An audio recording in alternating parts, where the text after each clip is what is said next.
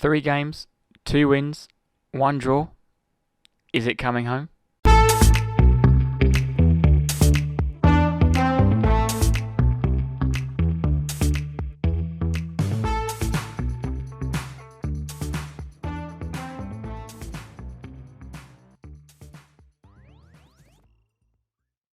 Evening, Tate. Evening, Jack. You right? Yeah, mate. Yourself? Yes, all good, all good. Feels weird recording on a Wednesday night. A day late. Sorry to those that have been woke up this morning expecting an episode, but yeah, it feels. We had a few hiccups in the intro there, but oh God, didn't we just? yeah, Tate reverted back to being a rookie. So yeah, it took a little while, but we're here. Yeah, we obviously decided against doing an episode on the evening of the England game. We thought we'd watch it and then do a review on it rather than like a live reaction stream. I think you would have rathered that. But let's start with the teaser. Jack did ask off air if I had a teaser, and I did say yes. And I think this could be the hardest one God. That's yet. Right. Give me something to think about. But in fairness to Jack, it's only hard for him, I'd say, because of his age. This might be one for listeners my age, just because of the World Cup. So as you would have known, England have qualified for the round of 16 and are playing Senegal. Senegal last progressed out the group stages in the 2002 World Cup. Yes. But can you name 3 members of that 23-man squad? Oh my God. There are some players in there who are, I'd say one is probably Streets won't forget, but potentially. But there's some Prem ballers in there. Okay. No, I'm sure. Yeah, there'll be. All right. No, we'll get to it. We'll get to it. That's fine. So yeah, 3 players of the Senegal 2002 World Cup squad. Nice. Great. Right. Should we start with England? Yeah, let's do it. So we'll do a bit of a recap on the USA game and then our thoughts on that and leading into the Wales game. And then, thoughts after the Wales game. So start with the Wales game. It was obviously unchanged team from the 6-2 win over Iran. USA game. Sorry, USA way. Yeah. Yes, unchanged. I think we said it on the episode, but yeah, I mean, I think going into it, absolutely, yeah. Don't see. I mean, before the Iran game, I wouldn't have played certain players or whatever, but going into USA game after winning 6-2, you can't really complain. I don't think. Yeah, like you said, you wouldn't have played certain players, but after a 6-2 win, all the front 3 sort of played quite well, and that's mainly where you'd make your changes. I don't think Walker was still fully fit to start, and like you said, everyone played a solid 6-7 out of 10. So why change a winning team that played really well? Even the subs that came on did well, but then keep them eager to start. And that sort of the same conversation continues, and it maybe was proven correct, or people were happy that with the Wales game that Foden started and certain players, and they could have maybe started or should have started against USA. But like we keep saying, after 6-2 win, you can't really argue going into that game. So the game was started off pretty slowly. I remember the first chance was Kane's deflected shot. I think throughout the whole we had maybe I remember that one, the header at the very end, like the 93rd minute. Mount shot. Yeah, Mount had a shot on the edge. There wasn't that's what I mean. We're scrapping about now. It wasn't a lot that went on really. Because we said, I think last podcast we said it was going to be a sort of a Premier League scrappy game. Classic Premier League. It's probably worse than that to us. We were awful. It might be an unpopular opinion. I don't think a draw is that bad of a result. No, and that is one thing, and maybe we'll get onto it and sort of go into it. But I don't. At the time, obviously it's different now. We're through it. You sort of hindsight and all the rest of it. But at the time, it was a big old meltdown as usual, and we're absolute rubbish, and Southgate's so negative. Blah blah. Yes, I understand that, but we're in a little group. Obviously, you play 3 games. We'd won 1, we'd drawn 1, going into Wales, who we should beat, and we obviously did. It wasn't. I don't think it was total panic stations yet.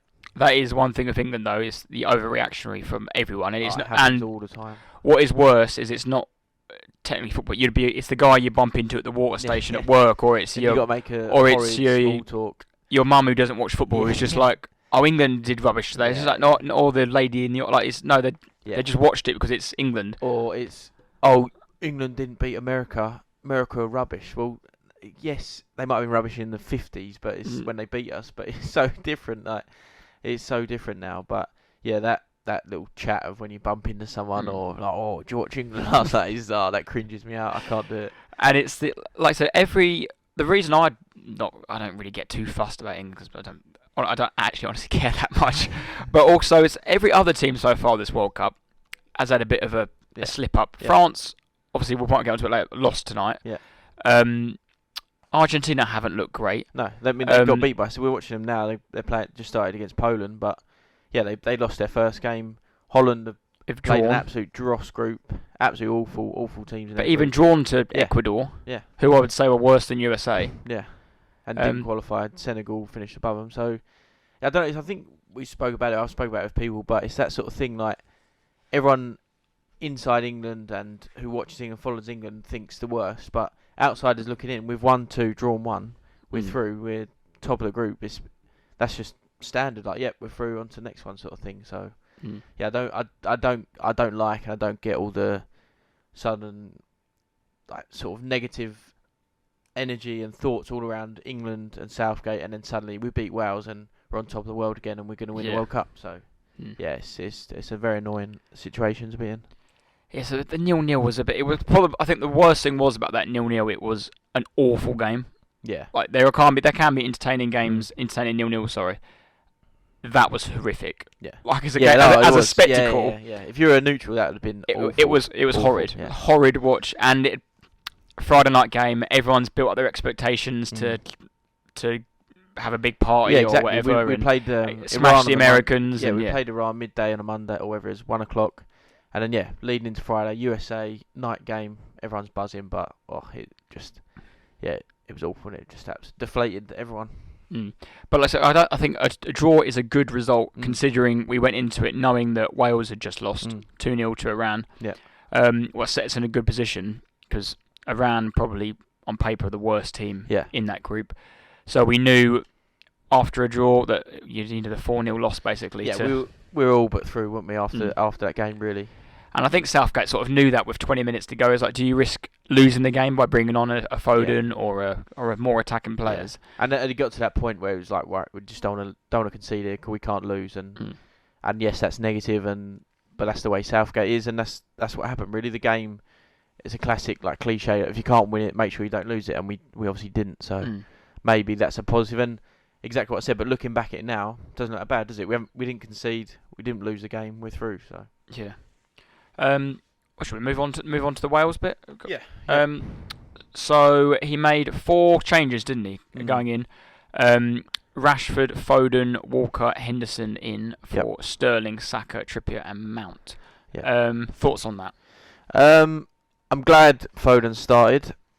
Sort of glad Mount wasn't in the side. That's who I would that's who I'd have probably had the straight swap for. So I wouldn't say I feel sorry, but I think it's harsh to drop Saka and Sterling, to be fair. Dropped or rested? Yeah. Well, no, true. Do you think it was because they knew they're probably going to win the group anyway against Wales? I don't know. Would you think they were rested? Quite possibly, but you don't know what they're thinking. But yeah, possibly that they're resting players, and it was a way for Walker to get some minutes. Henderson obviously to play as well. So, and you saw Walker come off, I think, the 60th, didn't he, or something like that. Played about 65 minutes, which was good. Maybe it was. Maybe you're right. Maybe it was resting the golden child. I was joking. But you're right. It might. The only reason I said because I can't ever remember him ever quote unquote dropping Sterling. Like he's number one guy apart from Kane. He always plays, doesn't he? He always plays. Yeah. But after, obviously we'll get onto it, but after Rashford's performance, I think one of them 2 players are going to sit on the bench and on Sunday. That's the thing now is, what do you start? What team do you have against Senegal? Do you keep Rashford and Foden in and keep Saka and Sterling out, or do you, like you said, do you play Rashford, bring Saka back in, or like you said, I think Sterling will come back in, but then who do you drop? Do you drop Rashford, Foden, or Henderson, and then drop Bellingham back? How do you think Bellingham played in that more advanced role?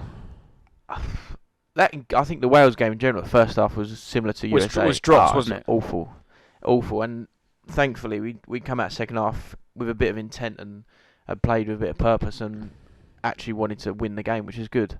Bellingham in that role, he's more than capable. He's obviously a very good player. I think it's one of them. He's like, it's just a one-off game, and he's thrown into that position with Henderson behind him, Rice behind him. Then there's all of a sudden everyone expects him to be 10 out of 10, world class footballer again. But it's just not the way football works. Not the way it's going to happen. I wouldn't personally continue with that. I don't think we should. I think he's better off next to Rice and playing with three players in front of him. But yeah, what do you reckon? No, I thought he did well in there. Like I said, it could have been a role for Maddison potentially to fit in there, so he plays for Leicester. Yeah. But I think you wanted to see his freedom going forward. With Henderson and Rice sitting there, gives them obviously less responsibility to get back and defend. But no, I thought he played well. Yeah. So going back to the first half quickly, my only takeaways from that first half was one, Maguire's cross shot when he literally took on about two players and then pelted it for a throw. For a throw. I can't even call it a cross or a shot. No, it was just a. I don't think he knew, but just pelted it. And the other thing, I can't remember what time it was, because obviously there was no Trippier, and we had a free kick on the edge of the box, and then we had Rice round it, Stones, Harry Kane, who is horrific at free kicks. He's very good at everything else, but free kicks he's horrid at. Nowhere near it. And I think then it was maybe Rashford and Henderson, if I hadn't said Henderson already. And I thought this is a shambles of a five. I think it's the one they did a little routine and it, like back post, and Maguire wanted a corner or something, but they just had no idea. But then and then like I said, we got one into the second half, 5 minutes in. Rice, same people around it. Kane then soon got told to shove off. Yeah. And then Henderson was round it, and then he got taken. And then Rice thought, Rashford was like, this is my time. Yeah, that was great. And he's got such a good, clean hit of the ball. When he strikes it, you're like, wow, pure, what a hit that is. Connects. You saw that, didn't you, when he whacked the ball at Nico Williams blocked it and got taken off. Yeah, basically got concussed. But yeah, Rashford, out, when he strikes it, it stays hit, and his free kick was perfect example of that. Sorry, the only other part was Rashford's one-on-one he had that Kane slipped him through, but a good save. I think he tried a little scoop over. Yeah. But I was pretty, I wouldn't say disappointed because I'm glad they're out and we beat them, but I was quite surprised how Wales played. I know ultimately they couldn't get through really, but it's your last chance. You haven't been in a World Cup for 64 years.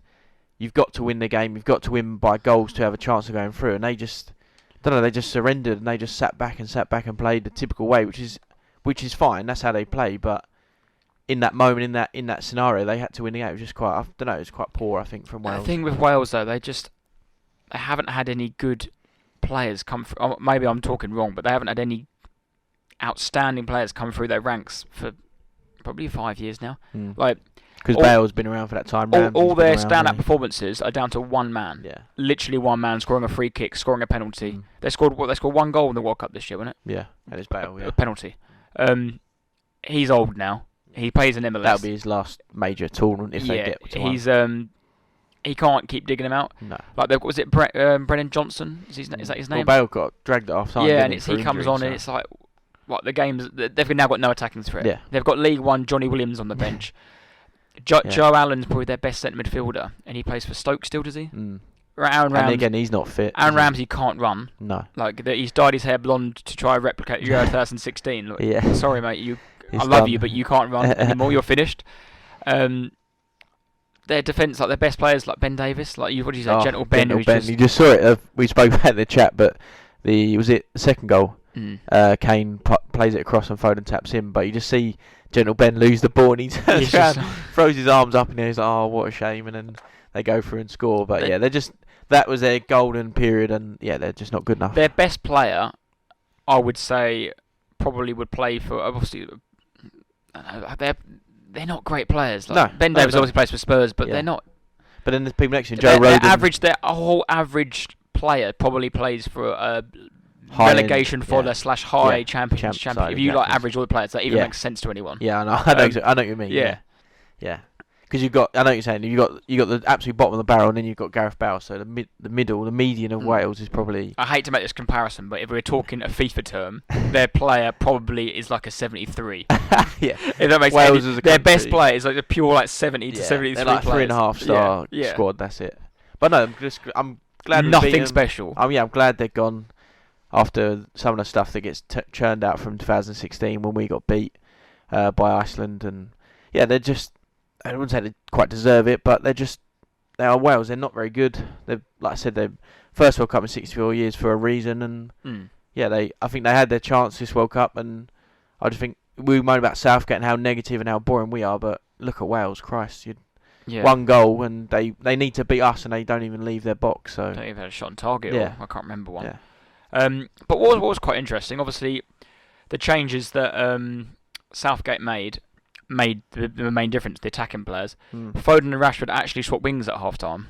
Interestingly enough, and they had Foden on the left, where he drove into the penalty box, or just outside the penalty box, should I say, got fouled for the free kick that Rashford then spanked in. Yeah. And for the second goal, Kane then, I can't remember who it was, can't remember the tackle, and then Kane drilled it across the box, and Foden's on the left hand side, smashed comes it in nicely, no? And obviously Rashford finished it off down the right hand side with the third goal. Yeah. Them attacking players made Southgate's call right, whether it was controversial or not.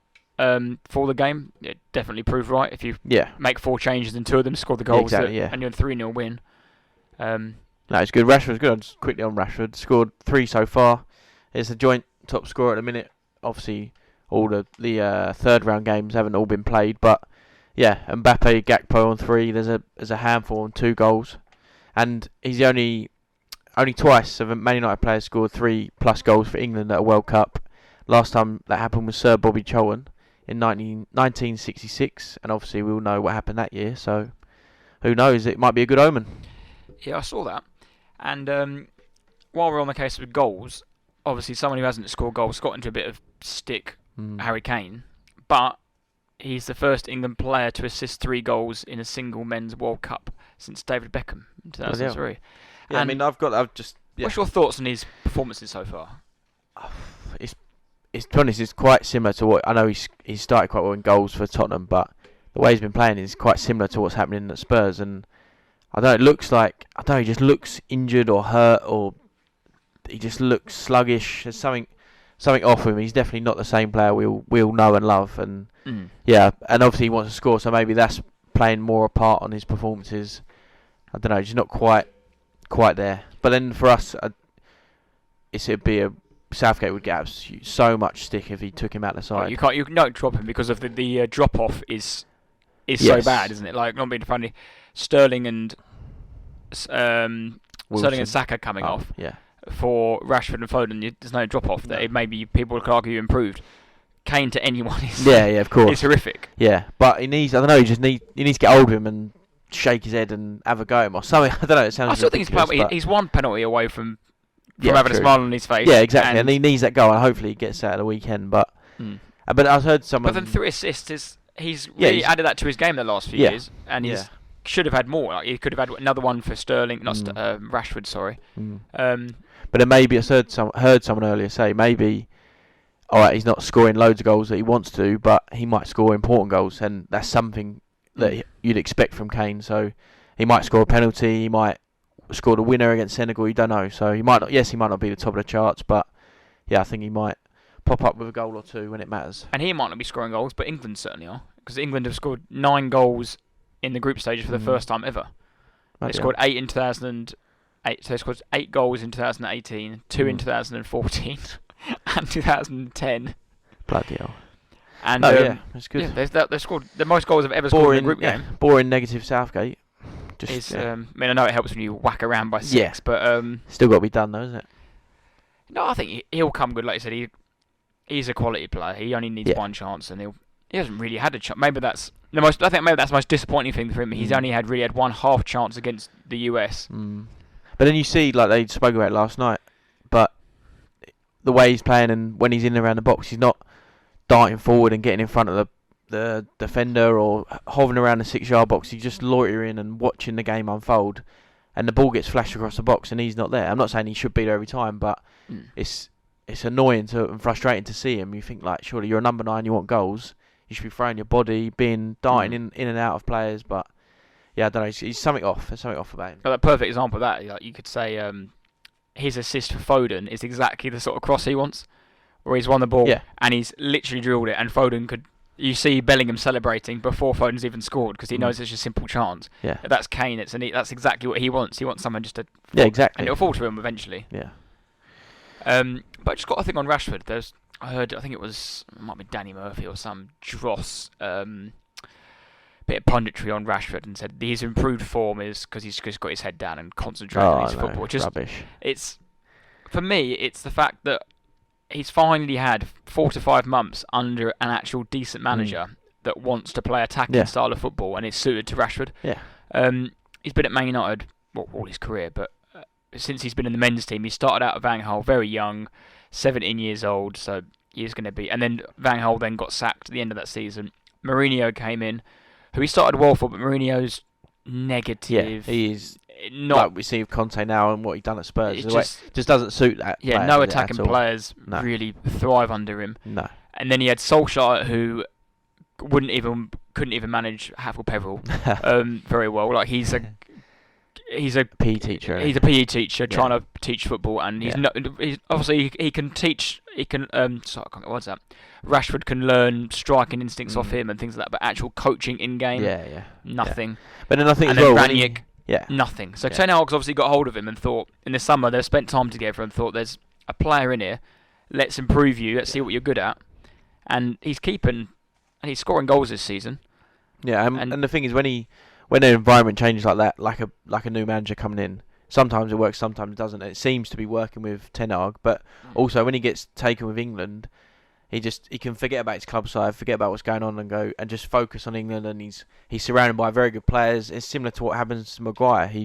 It's a whole new environment, whole new camp, and he knows that the manager values that person, values Rashford, values Maguire, and they seem to be doing a lot better. So, I think Rashford is partly, the new manager at United, but also he does well for England. He just come up with so much more confidence compared to the Rashford that was in 2021 Euros, who came on for that penalty, does not look confident whatsoever. No, nothing, You'd fancy him now if he stepped up and smashed one in after he hit that free kick. Yeah.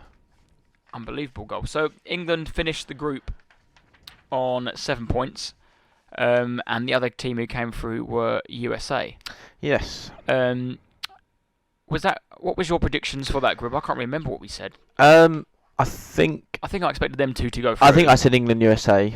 We had a little poll up in the week, and it's basically that, like, who do you think will go through? And I voted for England, USA. I just thought, obviously, it came down to that last game, and I expected them to beat Iran. It was obviously a close game, wasn't it, in the end? But USA on paper are not a bad side. And you've seen that they drew with us, and they're just that athletic, aggressive side who play with loads of energy, and they'll just outrun you and fight. But similar to what Leeds do, but just outfight you and give everything they've got, and hope that sort of their sort of star player Pulisic turns up, which he did score. Yeah, exactly. Which he scored against 3 games, 1 win and 2 draws for the US, which isn't too bad. To draw against England, they'd probably be disappointed they didn't beat Wales. Yes, they should have maybe put them to the sword in the first half. I think on Pulisic, he got a goal and assist so far for USA. Only Landon Donovan with 3 goals since '66 has done better for America. So I'm sure they'll be hoping they can cause a little upset against Holland, which I don't know, I've not been overawed by Holland, and I think USA will be quietly confident they can do exactly that. I think they could cause an upset. Yeah, I wouldn't be surprised. Just a thing on England and their goals this tournament. Obviously, they said, just touched on earlier, they scored 9 goals in the group, and that's their most they've ever scored. They've also equalled the record for England of the separate goal scorers. 6 separate goal scorers already in Bellingham, Bukayo Saka, Raheem Sterling, Rashford, Jack Grealish and Phil Foden. It equals the record they had in 2018 of 6 as well, when Kane, Stones, Lingard, Maguire, Ali and Trippier all scored. Surprised we haven't scored from a set piece yet. I thought it'd be on the cards. Slab needs to get his head on one. Yeah, he does. We're trying. We've done our best so far for him. So England, we'll touch on it later after the break. But England obviously topped the group, meaning they played Senegal. Sunday at 7. Sunday at 7, isn't it? You gonna go to the pub and watch that? I'm not sure actually. See what people are doing. What about yourself? You got anything planned? No, I think I'm just gonna watch it at home, to be honest. But no, should we have a quick break and we'll come preview back. The Senegal game? Go through the rest of it after the break.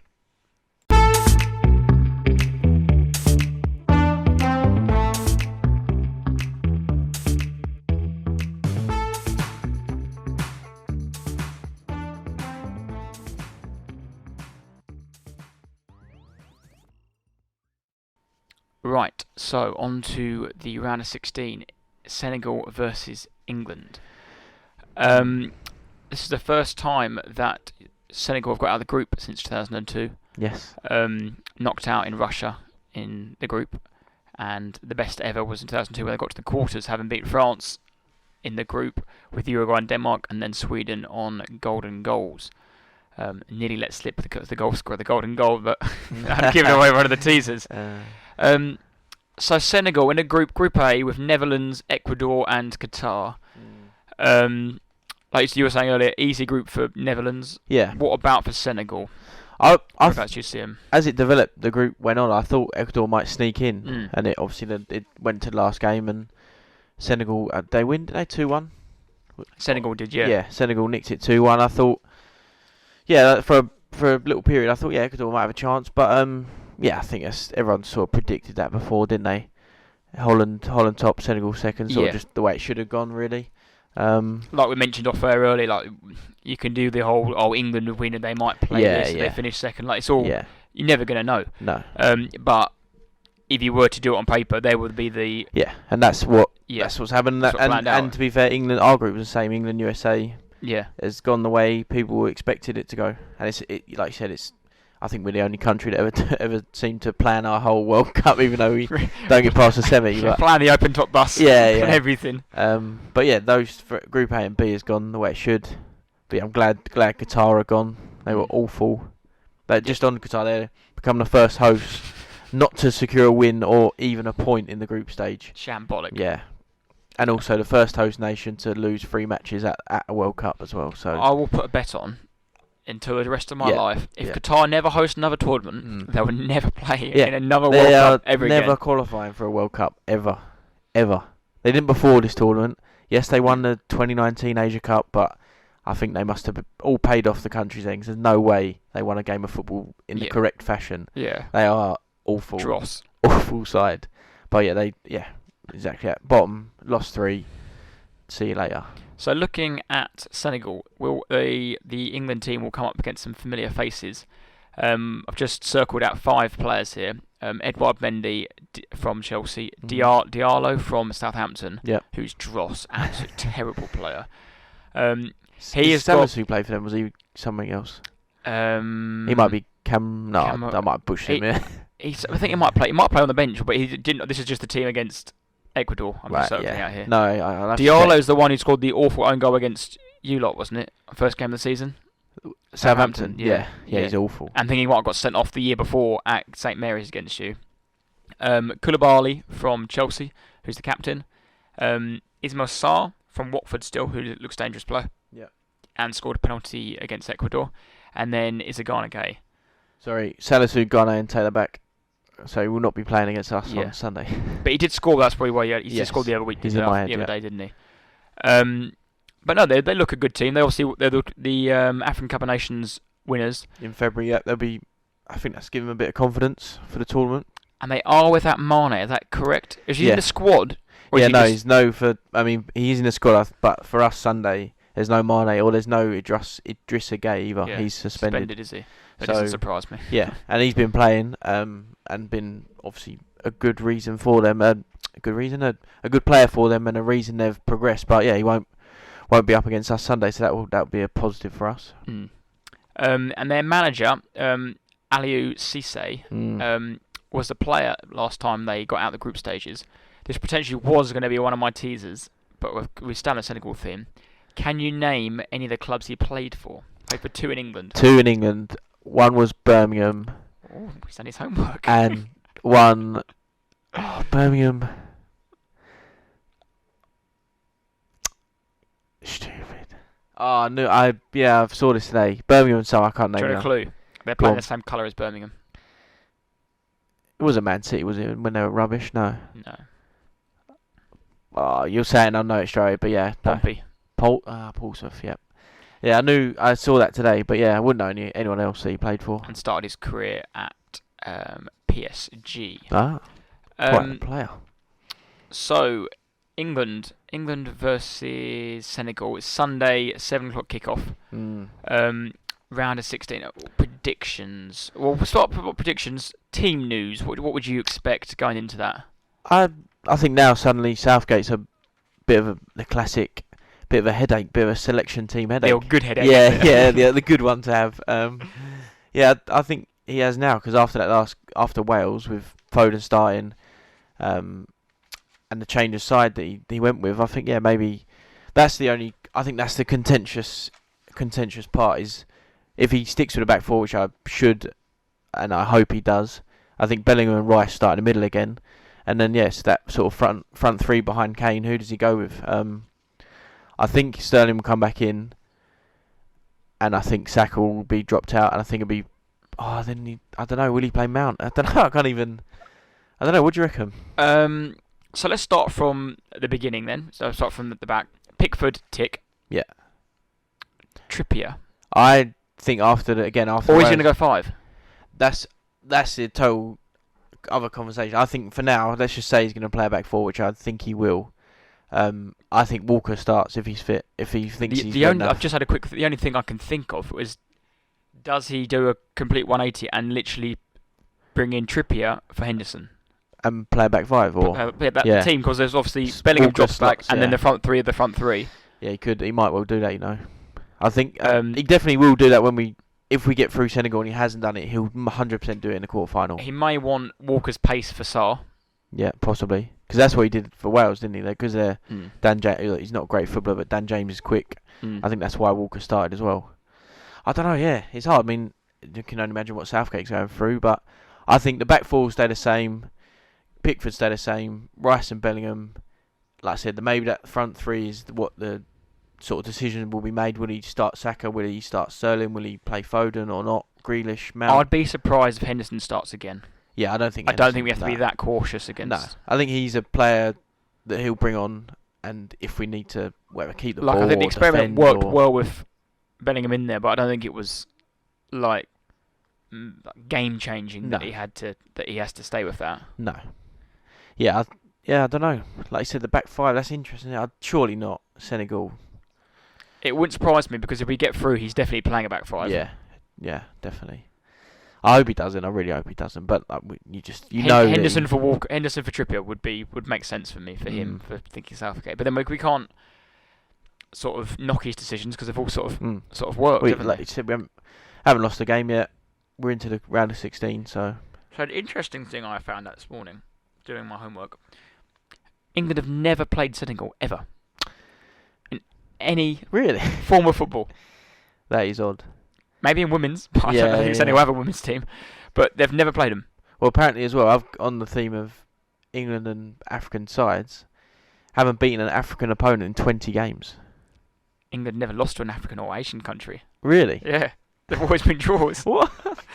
I saw that. What is going on? They've never lost to an Asian or African country, that is bizarre. Which is mad. But I suppose we must just play them in a group. Like, for example, I think we drew with Algeria, didn't we? We draw. We might beat another team, get through the group, and I think that's obviously what keeps happening. And I can't remember any Asian countries we've even played. No, I couldn't remember last time. Have we ever played China? Have we ever played Japan? South Korea? No. South Korea? Not off the top of my head, but yeah. And on England's record, so England's World Cup TV record since... She's reading off my sheet.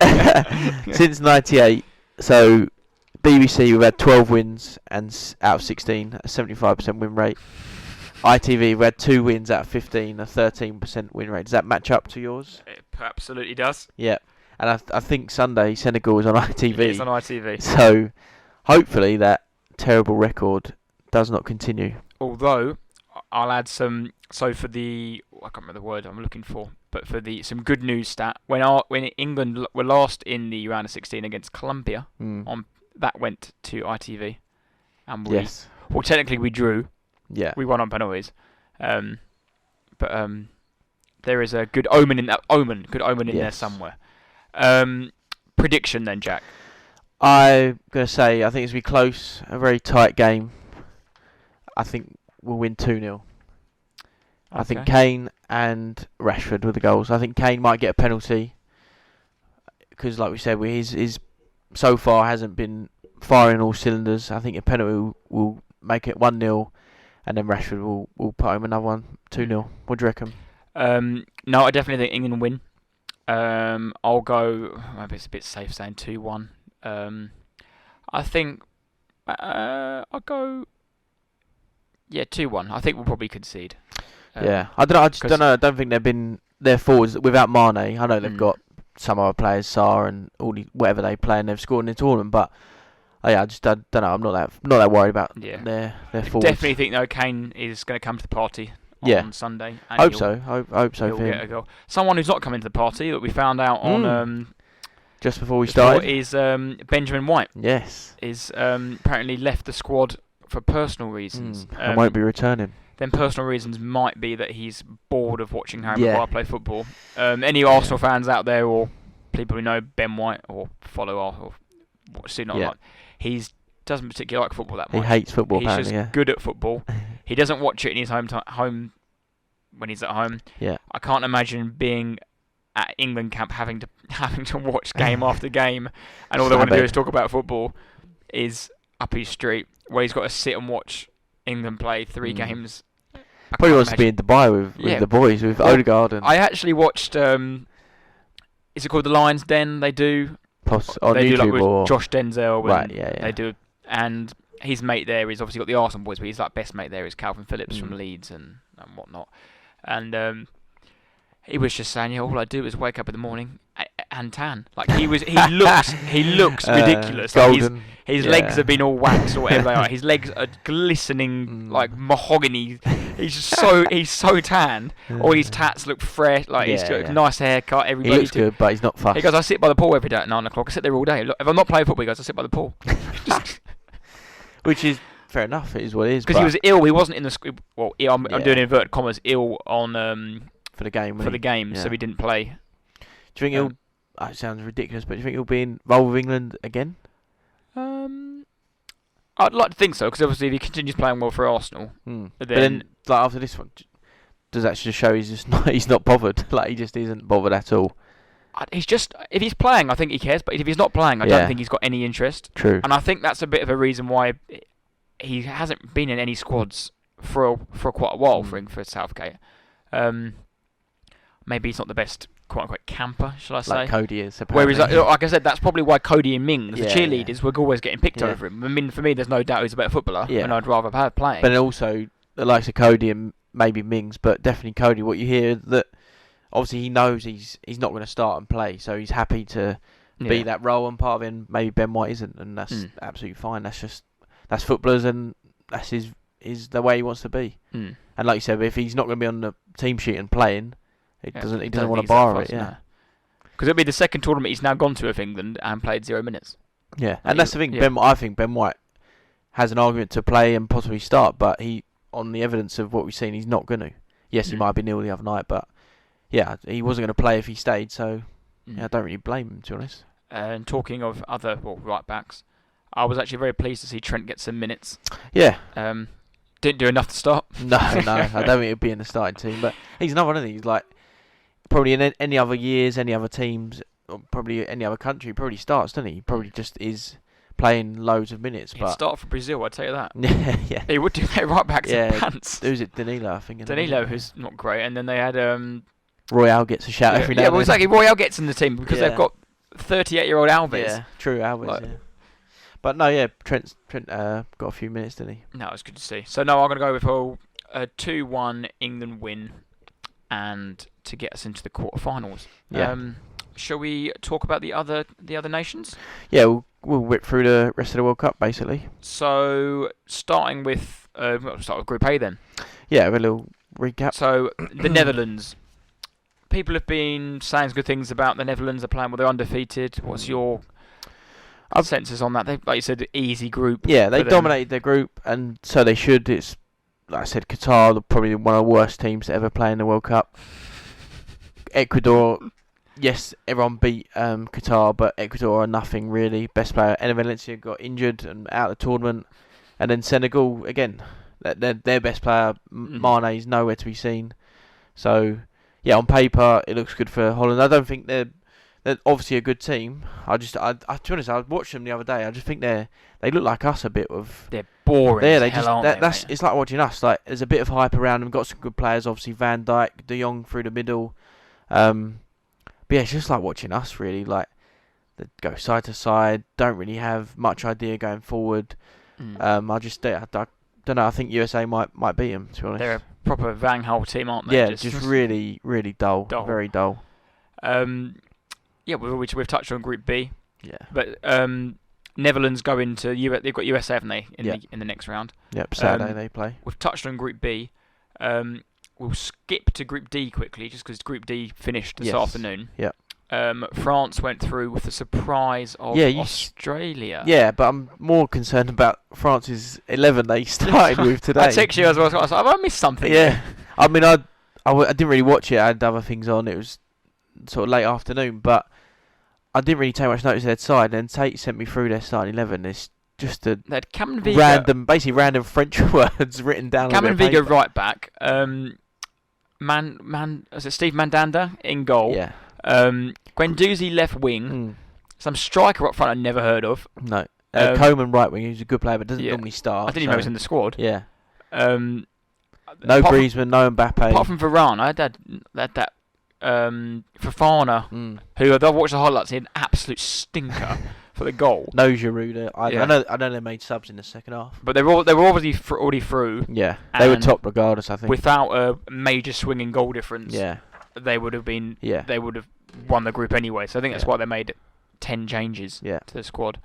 But yeah, Australia was the surprise. Really, probably one of the biggest surprises of the tournament so far. I think. Yeah. So everyone's second favourite team, Denmark. Yeah. The dark horse is Denmark. Disappointingly knocked out. So Australia 6 points. Yeah. In that 2 group. wins. Good effort. Very good. Going for as runners up, can't beat that. Yeah. I don't think. I mean, they might, but I just basically got here. Australia, they fight, they play with loads of effort, and that's pretty much got them through. They spend a lot of time without the ball, and they defend for their lives. They big challenges, blocks, and tackles and headers, and like today they nicked a goal and held the lead really. So they might cause a few problems, but. So as we are recording, we are watching Argentina versus Poland. And Group Messi C has just missed the penalty. So the winners of this group will play. Will play Australia, and the runners-up will play. No, sorry, the runners-up will play France. So it's a tough draw for whoever comes out of that group. And Argentina at the moment could be coming up second. So we shall see. It could be France, Argentina in Group D. Moving on to Group E so far. Germany, Japan, Costa Rica, and Spain. So, Spain, I think, I wouldn't say dark horses, but they've been a bit of a surprise package for people. People didn't expect them to be that good. No. And they've looked. They're like a new young side, but they've dominated their group so far, haven't they? Playing Germany, and yes, Germany lost their first game, but Spain versus Germany is like a classic world football game as such, and especially in a World Cup. So, got a draw. They're sitting on 4 points. I'm sure they're pretty comfortable. Germany just clinging in, aren't they, with that draw against Spain? And they need a like it always happens, didn't it? They need a swing of results and scores. And they were so lucky that Costa Rica beat Japan, weren't they? Because they would have been out. For that draw. Yeah, no, it's quite again. It's just total not what anyone expected, but the two that everyone expected can still go through. So Spain, Germany could still end up being 1 and 2 and going through. But obviously Germany losing their first game against Japan was a big problem for them.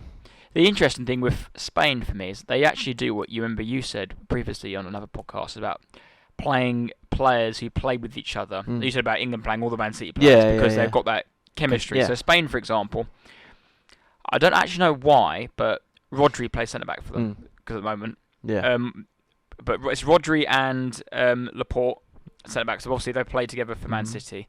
The right back plays. So what's his name? Plays for Real Madrid.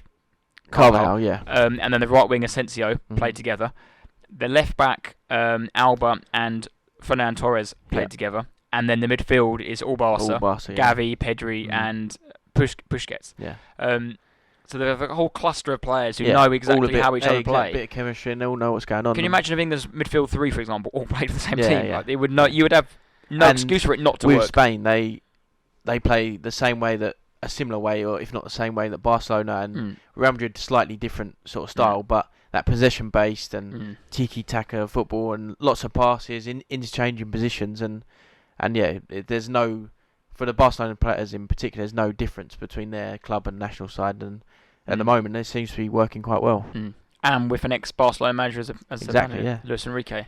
And also their like I said about the young side, the two in the middle. What is it, Gavi and Pedri or Pedro, or whatever?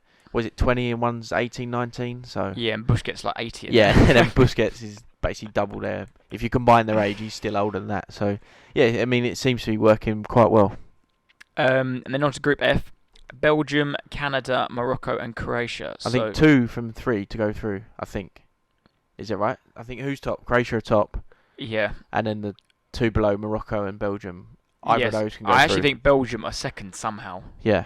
They've been how they beat Canada really. No, I think I'm saying 2 from 3, as in 2 of those sides, Croatia, Belgium, or Morocco can all go through because Canada are 0 bottom out. So Belgium should have been kicked. I hope Belgium do get kicked out. They've annoyed me. They look terrible, didn't they? And I think you and Pan said, didn't they, like big flop, which it is a big flop, but not like I'm sitting here saying I expected it, but they haven't proven it. Yes, they got to the semi, but they haven't really proven anything in this little period everyone goes on about. But yeah, they've been on paper awful. They've got a good team, but then you've got to look how old they all are. Yeah. And how out of form. The only one who's good is De Bruyne. Yeah. Like. Yeah, and the 2 centre halves, Vertonghen and Alderweireld aren't playing at the best. Like Alderweireld plays back in Belgium. Vertonghen, I'm not sure who even plays for in a minute. He might be back in Belgium as well, but I think he plays for. He's left Benfica now, isn't he? Yeah, he plays for Anderlecht, doesn't he? Or something like that. So yes, they're historically good players, but yeah, they're way beyond it. Still playing, and it's like, might as well get company out and stick him in there. They no striker. They look De Bruyne and like, Michy Batshuayi up front. He's one of them players who just needs to stop. I'd put him on the same level as Loftus-Cheek. Yeah. He still plays for Chelsea. He's still on loan there somewhere. Yeah. Just piss off. Yeah. And you've never been good anywhere. Or say it's a bit like Vinicius at Fulham. Yeah. Always on loan somewhere. Just always knocking about before reason you go to another club every year because you're crap. Yeah. But they got beat by Morocco the other day, wasn't it? 2-0, yeah. 2-0, that's their first loss in a group game since '94 for Belgium. Is it? 14 games, 9 wins and 5 draws. Bloody hell. Yeah, so their record in group is brilliant, but yeah, I mean, I think there's reports of lots of arguments and frustration. Unrest. Whether that's true or not, we don't know, but yeah, it's not looking good for Belgium. Unrest amongst the senior players, yes. Saying they're too old, and didn't Jordan come out apparently say they're not good enough to win the World Cup? They're too old or something. Yeah, they're too slow. No, he said, and he also said, De Bruyne said they're slow at the back, and then Vertonghen's come out and said, well, we don't score goals, we're slow up front. So yeah, it's like a load of children, but it is what it is. Yeah. Croatia look alright, don't they? Experienced. Yeah, Croatia. They looked good against Canada. Professionals, don't they? After 5 minutes, looked a bit. Well, they conceded, but after that, they just looked. Yeah. Yeah, I mean, I said it looked good. The first game was pretty uneventful, wasn't it? I think was it draw 0-0? Drew 0-0. Yeah. And yeah, and then they won their second game, but yeah, that same group from 2018, really, isn't it? And they're still knocking about now, similar to Belgium in age-wise, but they're not as terrible as Belgium, I don't think. So. I don't think I have a good manager. I've never read Martinez. Oh yeah, that is a problem with loads of this. Martinez for Henry as the assistant is still there. It's like, yeah, and that's a problem. Like why De Bruyne goes from Guardiola to Martinez, who got Wigan to 14th in 2012 or something. So yeah. On to Group G then. The tournament favourite Brazil, Serbia, Jack's team. Cameroon, my team. Yeah. Played out a thriller. Yeah, that was a good game. And that was a good Switzerland. Game. So Brazil sit top. Who's just scored? Is that McAllister? Oh, my man McAllister. McAllister from Brighton. Fantasy god. He's just slipped Argentina ahead on the 46th minute. Up, yeah. Straight after half time, I assume. Saving Messi's blushes. Yes. He looks a bit like Messi as well. Yeah, the cross between. Old Lewandowski. 1-0 Argentina. So who sits second in that group? Is it Serbia? Might be Poland now. No, sorry, in Group G. Oh, sorry. Switzerland are. Switzerland are, yeah, sorry. And I'll just check. So let's have a look at the goal. Was he onside? Yep, Di Maria's here. What is Group G? They get the lines out? No. Right back. Oh, he scuffed it in off the post, but it's a great finish from McAllister, to be fair to him. Szczesny sprawling for it. Can't quite get there. Can't quite get it. It's because he's missed it. It comes off his left leg, doesn't it? Group G. So back to Group G. We've got Brazil top on 6, Switzerland second on 3 points, and Cameroon, Serbia, third and fourth on 1 point each. So, and technically anyone can go through still, but yeah, Switzerland in a commanding position.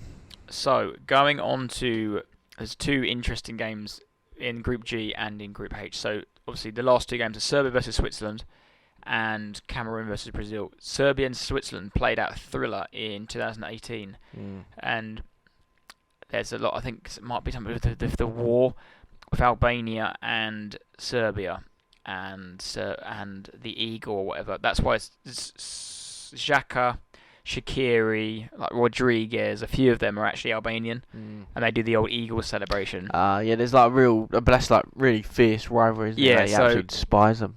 They played a lot, and remember that all them players scored, so that's a big old rivalry against Serbia, and the Serbs hate them. Really? So that would be that's why interesting game. I've seen loads of that going around. Interesting. And Cameroon, Brazil.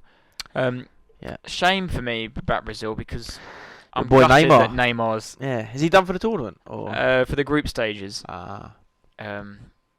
But even that first game, he just looks class. Like I quite like watching. He's just entertaining. Nah, yeah, he's a brilliant. It's player. a shame that he just gets get fouled so much. I think he was that game. Who they play?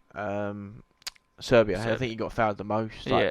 Ever or something ridiculous. 14 times. Yeah. I mean, like Messi. Like, what do you do? How do you defend? Well, you try and defend properly, but ultimately you probably can't get the ball off him. So I'm just going to boot you, and that's essentially what people result to, don't they, in games? So. Yeah, Neymar's. Is he out for the tournament? Sorry, or no, just group stages just apparently. Right. I reckon 2 weeks. Because that man Richie stepped up. What a goal! Yeah. I nearly either put it in the group chat or tweeted about how bad Richarlison has been, and then he scored an absolute scruffy goal, and I thought, oh, go away. Good, very good. And then his second goal was an absolute joke. Yeah, ridiculous, and like just sort of not a snapshot, but like just instinct, wasn't it? It was. His control went up, so I'm just going to give it a go, and what a goal it was, Very good. So, first goals ever in a World Cup for Richarlison. So. Was there any tears, or just from Group H? Only from South Group Korea? H, about tears. Great segment, that. Portugal, Ghana, Uruguay, and South Korea. Yeah, Portugal look comfortable, don't they? 2 from 2. Look comfortable, but do they look good? I said they're my flop, and that could still happen. They could go out in the round of 16, but I don't know about Portugal. They just with all the Ronaldo talk and drama, really. Everything that's going on around their side, it's just. And against Uruguay, bottom of their group, 1 point, and they haven't scored yet. But I don't think Uruguay were that bad against Portugal. They won't say they're unlucky, but it was quite a close game, really. They weren't. It wasn't if Portugal dominated them, but I don't know. If you think about the goals, one was a cross. Because Ronaldo didn't get one was a cross and one was a penalty. Yeah. Fine margins in these World Cup games. Well, on that, Uruguay have only faced 3 shots on target this World Cup and conceded 2 of them against Portugal. So, yeah. Uruguay, for them to got through that group, they should really have beaten South Korea. You've got to beat South Korea. They needed to win against South Korea, didn't they? Really. Portugal-Ghana was a good game. But then Portugal were lucky to get away with that in the last minute when the keeper nearly had a stinker, didn't he? When he threw the ball down and and come round Naki Williams when it slipped. Yeah, poor. But so we've got Ghana versus Uruguay, the Suarez derby. Ghana. For some reason, Ghana hate. Not for some reason, but because of that World Cup, they now hate Uruguay. I hate because he's handballed. They want to get their revenge on Uruguay, which I actually think they will.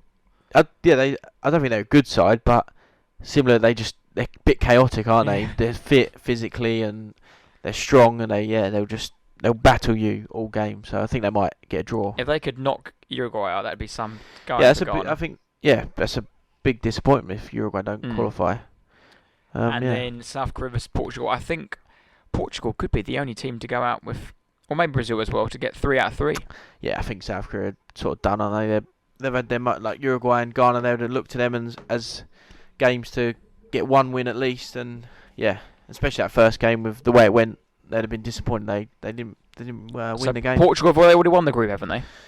Won the group, not technically, but pretty much, basically, I think goal difference wise, but Ghana have to. So they'll play the runners-up of Group G, which is going to be whoever finishes below Brazil. Possibly Switzerland, hopefully Serbia. And Brazil will play the runners-up, whoever finish in Group H. Yes. So yeah, Ghana or Uruguay. Mm. So that's interesting how this is all planned out. Anyone standing out for you that that is playing really well that you didn't expect, or a player that you've been really impressed with? I'd probably say Spain, to be fair. Maybe that's an obvious one, and maybe I might have similar, but yeah, just don't know. Spain, yeah, they obviously smashed Costa Rica in the first game. They should go through top. Yeah, they just look alright. I think they play lots of possession, and some people call it boring, but yeah, I just think they're quite exciting. They got a group of new players as well you don't really recognise. So. No, I'd agree with you. Spain with the team that I thought were good, but not as good as been seen. Yeah, I think they might. Yeah, basically what you just said, but they might actually advance through the tournament and get better as the tournament goes on, which is quite dangerous, really, for the rest. I mean, I've made a note here that in this year's World Cup, teams have needed an average of 8 shots per goal. So it's been a bit of a slugfest for me to watch. I haven't really been entertained. It's not been it's not been. And on a personal note as well, maybe it might just be because it's in the winter. It doesn't feel like World Cup. I was really, really enjoying the Prem. Yeah. The Prem obviously helps that Arsenal are doing well. Love doing the podcast every week, talking about Arsenal, doing really excited. And for me personally, I'm not massively into international football. Yeah. And I just find it a bit. I think it'd be one of those World Cup. Well, not one, but I think whoever wins it. For example, say Brazil won a 2022 World Cup. That's it. You don't remember Qatar. You don't remember what happened, and I think it's just been it's a random old setup, and I think it's been pretty poor, to be honest. Because I went around my dad's on Sunday, and we were watching Spain versus Germany, and we said to each other, we would never. I know it's World Cup games, playing with Germany. It's a great game on paper. If this was Nations League, we'd never sit around and watch it. If it was just a friendly, we'd never sit and watch it. But if it was Everton versus Villa, I'd love to watch that game. That's the sort of game well up for it. It's going to be and that's for me. I can never shake off my bias towards Arsenal and my obviously unbiased to my non-real care for England and international football in general. And I don't think it helps even more that it is in December. It's weird. The times I'm at work busy, I don't have time to watch the 3 o'clock game or even when it was 10 o'clock game. Where's? And it was like everyone said, you could. I miss all this football, which I then can't be bothered to catch up with because And it was there was 4 games a day when it 10-1, 4 and 7 or whatever. Everyone was it's so good. Well, it's actually not like when there's all these 0-0s and I don't know. It's just not it's not been that good. I think 2018 there was 1 0-0. I think this one so far I've had maybe 4 or 5, and I know they didn't end up 0-0, but the 2 games earlier at half time were both 0-0. So I actually sat and watched all 8 games over the weekend. Which was quite a slog. Yeah, that is. I bet it was hard work. I mean, I would quite like that to see that in the Prem. A 10 o'clock kick off in the Prem, 4 games in the day would be quite something. But then when it's every day, you'd lose that. Yeah. It's the same when I spoke to my dad about it. But when the Prem was on during COVID, and there was no support, and it was all you could watch every single game. It was too much. And when there's football on every day, you think, you absolutely love football. Why do you not be excited about it? But after about a week, you're like so done with it. It's like, no, this is why they only show the midday and the 5:30, not the 3 o'clocks. And but there's been an overload of football, which is it's good, but also it's not been that great, is it? So also just Mexico gone 2-0 up with a worldie of a free kick. So as it stands, Argentina and Poland still going through. Is that correct? Argentina top, Mexico might be Poland. I don't know. That goal might have changed it. 1 sec. Argentina control this game though. So as it stands, Poland sits second, Mexico in third. Perfect. Right. Have you got anything else to add on some general World Cup chat, or any questions you wanted to ask? Or let me have a look. Good. I think I'm alright, to be fair. We've covered England, haven't we? Yeah. It's coming home, just like Ben White. And then we can move on to our winner and loser of the week. Yeah, let's do it. If you haven't got anything else to add. No. I'll start with my winner. I don't know if we're going to have the same one, but I've gone for Marcus Rashford. Nice. I just think he really seems like, everyone knows he's done all this stuff for charity. He just seems a nice bloke, doesn't he? Yeah, I think so. School dinners does. Yeah, he just seems a nice MBE Marcus Rashford. For him to score 2 goals, and looked like he's loving his football again, because he looked like he maybe be going off track a bit. And like I said, I think a couple of weeks ago, about Jadon Sancho being my loser of the week, he's someone who's actually got his head down. Well, I didn't want to say someone it. for saying got his head down, but you know what I mean. He's actually is that like I said earlier, coming out of his club side into the England camp has been a massive help for him. But yeah, he just looks to have improved in his game. That's the word I was looking for. Looking to have improved in his game. There's more to him now. Like against Wales. Sorry.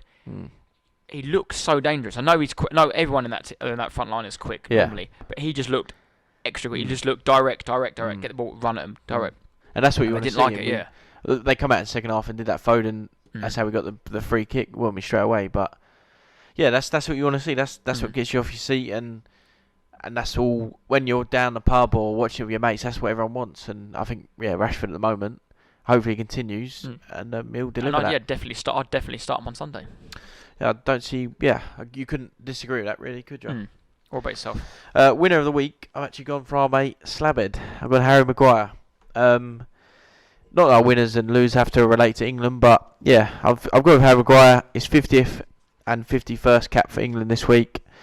USA, he was man of the match. He was a strong defensive display. England weren't great. Yes, we can discuss and argue about that, but yeah, our defence stood up to it. Maguire was a massive reason for that display. I think he made like 8 clearances or something, all with his head. And Wales 3-0 didn't look under pressure. Pretty comfortable game at the back, but yeah, in the first half when it was pretty dross and it was painful to watch, he was probably trying his best. He was running out from defence. Yes, he had that awful cross shot thing, but that just showed you the sort of game it was, and it took our centre half to try and run through and show everyone what was going on. But I think Maguire. Yeah, no, it's a good. Like I said, I've not say pleasantly been surprised, but he hasn't been the Manchester United Maguire, has he? No, not to understand. And Rashford has not brought the same sort of player that he's been at United, and I think Maguire's had a good week. My losers have gone for 2. I'll start with. I think we might actually have one of them the same. My second one, I think, but I'll start with the first one is Cristiano Ronaldo. I haven't got. Yeah, it's not mine, but carry on. I just think the last, and this is like a big collective thing for me. I used to really like him just think he was just class, like as a professional. Everything. Since that move to Man United, it's obviously my bias towards Man United. I cannot stand them. So him being there hasn't helped me. Hasn't helped this bias I've got. But he's just come across as just a selfish, arrogant, just one man player. That goal that wasn't a goal. It's completely summed up his last 2 years, and that's what it's come. That's for me. He quit his club, literally got sacked for doing a stupid interview with Piers Morgan. Who's now his fanboy. For some reason, and that goal you're in a World Cup. Who the hell cares? He scores. Like Harry Kane will not be. I know he's claimed goals that weren't his before. It was obvious. But I watched that replay. The amount of millions of times they kept showing it, I was like, well, he hasn't touched the ball. And for some reason, McCoy was adamant that he touched the ball with his hair. I wanted to throttle him, but he's just a div. This stuff is making himself look even. Well, I know that the old Messi Ronaldo comparisons go on all the time, and everyone wants. Well, like you see, a lot of people want the Messi last dance. There's no Cristiano Ronaldo last dance. Talk about that. Because of that. Because his personality, his character is horrible, selfish, arrogant person. And I think that's got worse. Yeah, and Messi might be selfish and all that, but the way he shows himself and portrays himself is nowhere near that. And my second loser of the week, I think, might be similar to yours. I don't know. I haven't spoke about this, but it's for all those fans. I know exactly what you're going to say. Is it what you've written down? Should I say mine, then you can chip in, or... Go on, you go on. Carry on. It's for all those fans on Friday night that went to places ready to throw your pints because you don't give a crap about England, and all you want to do is throw pints because you think you're cool. Yeah. And you couldn't, and you had to throw them at full time because you were angry. I have literally got that. I've got those idiots at the box parks, Croydon/Shoreditch, and in around London. I don't know other locations, and I'm sure pubs up and down the country are the same, but... Yeah, videos, there was images circulating on social media of the game against USA. 0-0, not a great performance, okay. But these idiots, like Tate just said, couldn't resist. They had to do something. So at full time, they decided to launch their drinks all over. Yeah, directly at other people around them, probably on themselves, and then it descends into a scuffle, like a few of them have a little fight, two or three of them going on. They're just brain dead individuals. That's it. They're just absolute idiots. They're so stupid. But it just winds you up. Like, yes, you can be annoyed, be frustrated. We all were. Yeah, we drew 0-0. It was a bad game, but just what a bunch of rejects. Like, but that's exactly why I really struggle with international football sometimes. Yeah. And watching it outside anywhere that isn't my house normally. Yeah, 100%. Because if you draw 0-0 at home to Southampton, Spurs, you're disappointed. The last thing you're doing is getting your beer and then just lobbing it up the wall at another Spurs mate. And you see the video, I think it's the main one from Croydon, but there's a little section to the right of the video, and they are literally, like you just said, doing that. They are picking it up and just throwing it at anything and anyone. It's just, what is going through your brain? Yeah, but they think that's like the culture. It's not the bloody culture. Yeah, it's become a terrible habit. You're just a dickhead, mate. And then they were the same It's never people. been funny. For me, it's never been funny. I aren't me being boring. I get it when you've got your drink and you celebrate, so whatever, it's going to go over it. But don't physically pour it on someone or throw it against the wall. Like, hold it as best you can, and it spills or whatever, it's all funny. But when they physically pick it up and launch it, and they're the same people that, when we went 6-1 up against Iran, were launching their pints at people then. So, yeah, that whole, whether it's habit or, like you said, culture or it's the people who go there. Stop. They go there to do that. They don't go there because, like you said, against Iran, you're 1-up against Iran. Why the hell are you? Or 6-1, why are you throwing your pint? But even at 1-0 when Bellingham scored, I'm sure people doing it. It's just like, what are you actually doing? It's 1 o'clock on a Monday. No. Go to work. Yeah. Why are you not at work? No, those. If you're listening, you're one of them. Stop. I couldn't dislike you anymore. Yeah, stop their own bites. Just keep listening, share it and stuff, but I can't dislike you anymore. So yeah, I agree. That's a good loser of the week. I thought we'd have that. Comment. Right. Shall we revert back to the beginning and for the teaser answer? Yes. Yeah. Have you any idea of three players? I think you said it in conversation, but I think one of their players was their manager, wasn't it? Oh, I did slip that in there, didn't I? But not that I knew that, but I was going to say him regardless, and of course you're going to say it, but no. The manager, I'm pretty sure, was part of that squad. Yes. Ali Sissoko was captain as well in that squad. It's 2002 Senegal. Ooh. This was an absolute quality team. And also, can I ask you one question? Go on. Would you swap? Right, and for the listeners, we'll put a poll on after the podcast after this, because I was talking to the boys about it on Saturday night, because we were watching.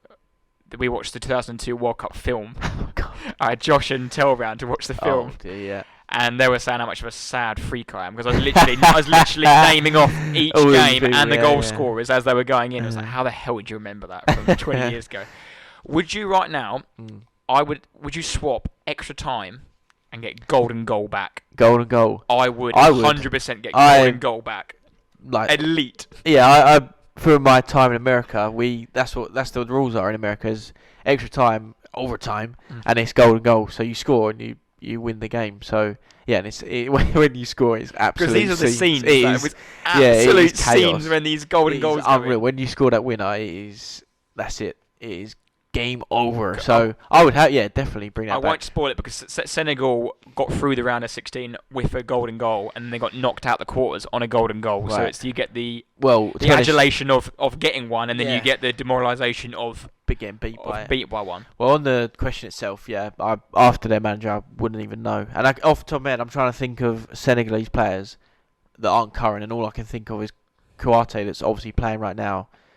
Mane that's injured, so yeah, and Koulibaly at the back. I've circled. So yeah, my knowledge of Senegal is low. I've circled 6 here.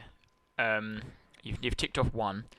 Are they Premier League? Would you remember them? All Premier League. I would have got 4 probably. Do you reckon? I mean that's a push. Senegal, I couldn't even name you. Like I know obviously I couldn't even name you from the past. One absolute dirtbag of a footballer. Senegalese, that just throws me off. He has been named by Neil Warnock as worse than a sewer rat. It's exact words he used. Is it Muscat? No. Muscat? He's Australian! Is he? I don't know. I'm thinking of the video of Warnock. That's for Muscat. That's for Muscat. Thanks, lads. That's for Muscat. No, mate, clueless. El has Juve. Oh, Juve in 2002. Yeah. Of He course. then signed for Liverpool. Yeah, that's prime Juve. Why? Oh, what goal? 2-0 Argentina. Is it Alvarez. Yeah, Juve. That's the other probably one a simple one. was a potentially street smoke. Forget you could. I don't know. Depends on the age. Henri Camara. Yeah, I do. Again, I do know him, but I would never have got to him. Ambi Faye from Stoke. Abdoulaye Faye, the monster. Yeah. South Jow Oh, from Liverpool. He okay. played I think he might play for Stoke as well. Yeah. Not hang on. No, he wasn't. I don't think Senegal. He's gone. And then the main guy, the midfielder, rest in peace his soul, the wardrobe, Papa Boubidia. The wardrobe, Fulham hero. Yeah, Craven Cottage. Because I love it. Because that was my first Yeah. ever World Cup memory. That, and I just loved that. I love that team because the commentator at the time, they played France were the champions at the time. Yeah. And they the first beat game them, was didn't they? 1-0. Yeah. And Papa Boubidia is there. And Papa Boubidia is there. I need to watch and he said it like 3 times. Yeah, He's sitting at home, taking his shirt off with the vest underneath still, sandwiched in the corner like this. That's a really good question. And they're all those players you named that not obviously, but yeah, they are similar to like streets won't forget sort of. Yeah. Henri Camara was players. Wolves. Yeah. He might play for Sunderland. I don't know. He used to wear wrist the Senegal sweatbands, wristbands. Yeah, quality. He was the one who scored the golden goal winner against Sweden, and that was when it just went off. Yeah. No, definitely. Yeah, I'd bring back golden goals. Very good. Very enjoyable when you win. So we'll do a poll after this and was like, will you bring golden goal in? Yeah, I would I think 100% so. do it. Yeah, definitely. But what Terry did say made a good point. Can you imagine scoring a golden goal, all the scenes, VAR. and then the VAR comes out? Yeah, your left nipples offside. Yeah. That's true. That would be awful. But yeah, golden goal. I like it. Yeah. Imagine winning a golden goal. Oh. Golden goal. In a World Cup final. Harry Kane. But then golden goal for me is fairer than penalties. Like it's. I would say it's fair. It's just maybe it's the correct word. But yeah, penalties is total pot luck. But yeah, definitely. I think golden goal relies more on football than penalties does. I suppose. Yeah, no, I like the idea of golden goal. Yeah. Well, I think that brings a little wrap to the podcast. We should be back on Tuesdays, release Wednesdays next week, because I think England plays Sunday, so it gives us enough time to. I think if they do play, they'll play the next Saturday. I think it is. Yeah.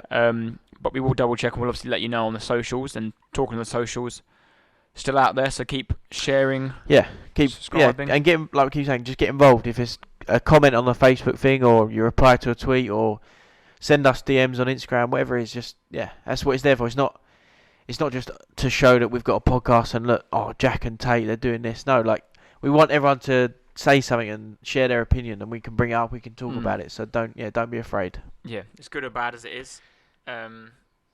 And I was surprised one thing we didn't bring up. I thought your loser of the week was going to be Pierre-Emile Højbjerg. Oh, Højbjerg. Oh no, the Viking there is We couldn't go pulled without mentioning him. Yeah, his flag's up. He pulled the anchor up and set sail back to the bright skies of North London. So yeah, see you later, Højbjerg. You fraud. No, yeah, he's not had a good tour. But yeah, this will be out Wednesday night, Thursday morning. So please listen, share it, like it on the Insta, on the Facebook, on the retweet, on the Twitter, wherever you listen to it. And yeah, again, thank you for all listening. I hope you enjoyed it, and we'll be back with episode 22 next week. Stay loyal. Stay loyal.